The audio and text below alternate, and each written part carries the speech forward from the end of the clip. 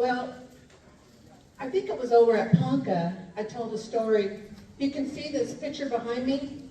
This is the Superintendent's office. Can y'all see that? I'll move over here. That building, don't even ask me when it was built, because I'm sure it was around in the late 1800s. And when, in 1994, we had two forms of government here at Osage. We had the National Council and we had the Tribal Council. That's when we were fighting for that one person, one vote, and a three-branch form of government, which we have right now. But back then, we won a lawsuit, and so I was working for the side that was the National Council. And that was the building that they give us, and where Chief Standing Bearer's office today, the old BIA building. So these buildings have been around as long as Osage, as we've been here at Osage. So we set up, I worked for the National Council, and from day one, we knew that there was not only the council people there, but also there were other things there. You could feel it in the air. We just knew that we weren't alone in that building. Because no one wanted to be alone in that building. If you went to lunch, we're just closing down and we're all going to lunch at one time. And so it's just that sense that you know. So I could tell you day by day every story that happened, that something happened. Some days the oven would turn on by itself. Other days the temperature would get so cold. Other days doors would just be slamming upstairs. So upstairs is where the council had their offices. They shared offices up there. Down below, it's a house that was made for a family, obviously. But we had set up the National Council office in the living room. There was a fireplace there. We set a desk. We had two desks that was there. So there was always myself and then an assistant. And we would prepare all the booklets for the council. They had their meetings on Saturday mornings. So on Friday, we would be running all the paperwork for the next day. We didn't do everything like we have on our phones. We could see all the information. This is when we ran booklets out.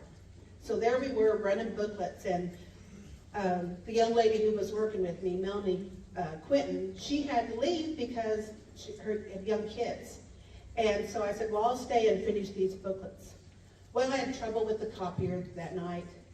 And so it was around almost midnight by the time I just had the last bunch to get done.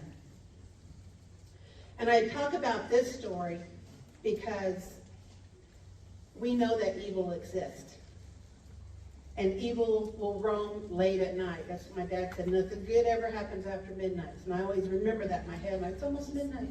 So there I was putting those booklets together. I had my the music on.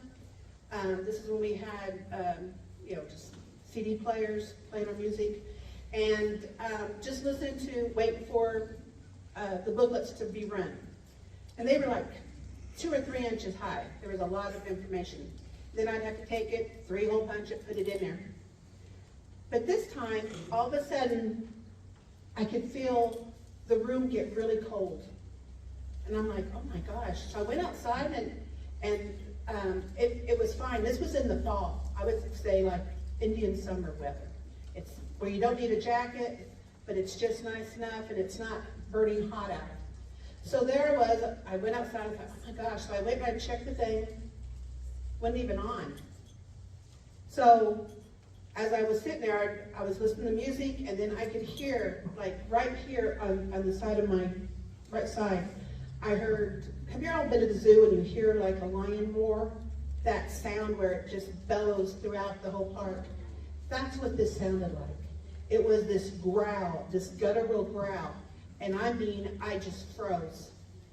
I just froze right in my tracks right there, and I was like, oh my God.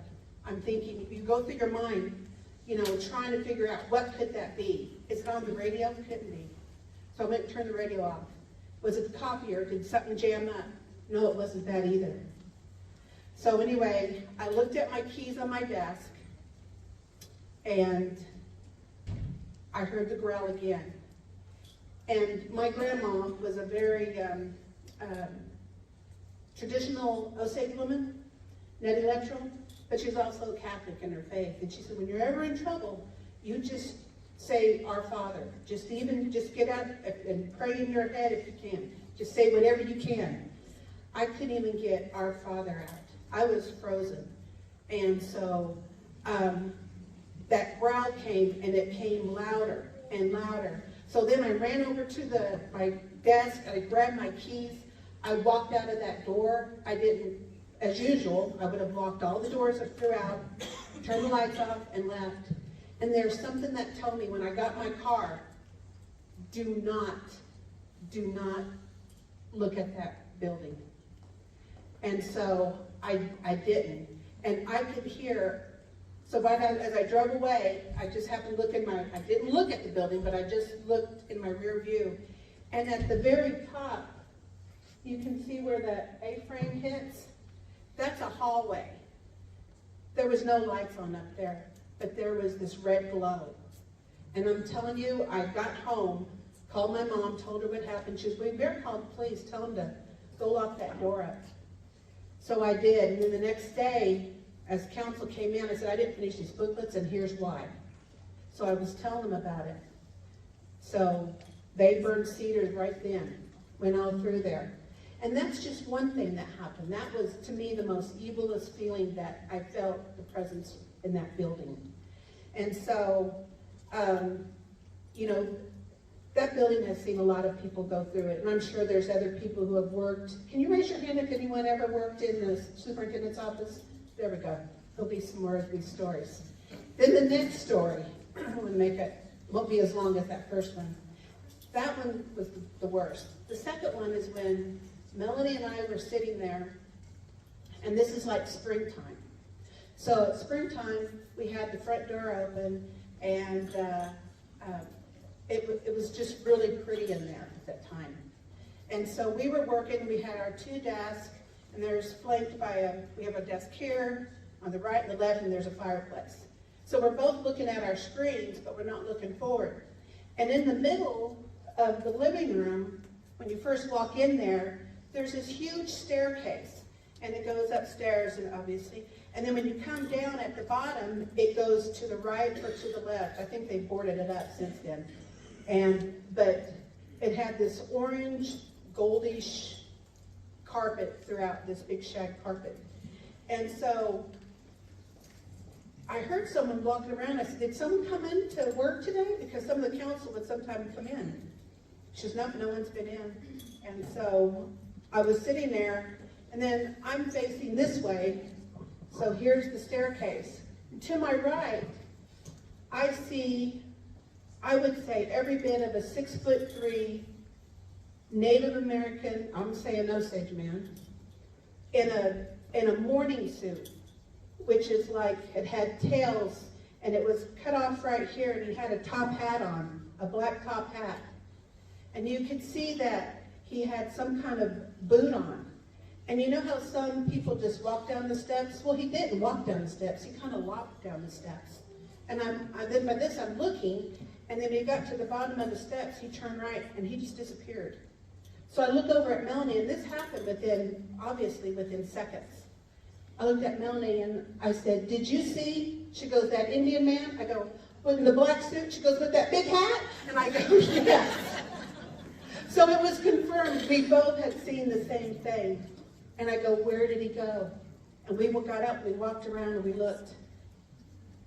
He wasn't there. There was nobody there. So that was the second scariest. And then the third one was around Christmas time. And I was decorating. Melanie was typing. She was doing something there. And I could feel, so I'm standing, and here's the fireplace right here, putting decorations on it. And Melanie's probably about where that end of that table is from where I'm at. And I could feel something tug on my sweater. And I looked, I go, what you need? And she goes, what are you talking about? I said, did you not just tug on my shirt? She goes, no. And I said, okay. Well, I said, well, something did, because it was short, because it came down from real low here. So I kept on. About 2 or 3 minutes later, she goes, oh my God. And I said, what? She goes, and then she could see where at the end of where my sweater was, there was some movement, that someone was moving it, and I could feel the tug. And I said, I knew that someone had been there. But those are just some of the stories. I could go on and on about how I've taken people through that building, and there's presence in there. And I think there's more than, I think there's several entities that are in there. I just know who they are. I don't know. But we did do one little test. I wish Sean Standing Bear was here because he could back up this story. We were telling him, he was at the time, he was the museum director. He came over and we were telling him what was going on. And so he said, well, I'll tell you what you do. Let's get some salt. At the end of the day, we're going to make these little cones, and I'll bring some Dixie cups. We're going to fill them full of water, and we're going to put them all upstairs, because that's where a lot of the activity was as well. So we went upstairs, went in each room, we all filled up the little cups, set them out, made a little cone of salt, and then we left for the day.